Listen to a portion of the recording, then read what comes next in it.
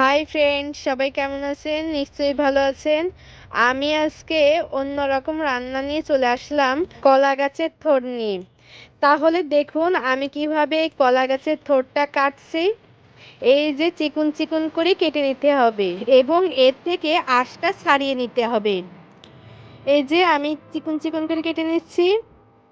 দেখুন তো কত চিকন করে কেটেছি, কত পাতলা করে কেটেছি।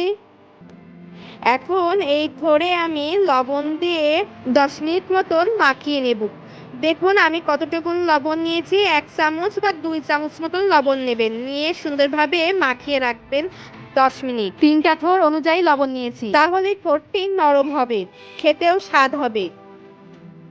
এখন এটা আমি কিভাবে রান্না করি দেখুন। আমি তেলে পরিমাণ মতন কাঁচামরিচ নিয়ে সুন্দরভাবে নাড়াচাড়া করে আমি ওই থোড়টা ঢেলে নিলাম। এখন পরিমাণ মতো হলুদ আর পরিমাণ মতন লবণ দেওয়া লাগবে, সেইগুলোও দিয়ে নিলাম, নিয়ে সুন্দরভাবে নাড়াচাড়া করে নিলাম। এখন আমি 5 মিনিটের জন্য ঢাকনা দিয়ে ঢেকে দেব। 5 মিনিট পর আবার ফেরত আসলাম, এসে নাড়াচাড়া করে পরিমাণ মতন চিনি নেবে। আমি এখানে 3 চামচ চিনি নিয়েছি। চিনি নিলে থোড়ের স্বাদ মিষ্টি মিষ্টি লাগে। আমি ওই থোড় উঠায়ে নিয়ে সর্ষে ফোড়ন দিয়ে নেব।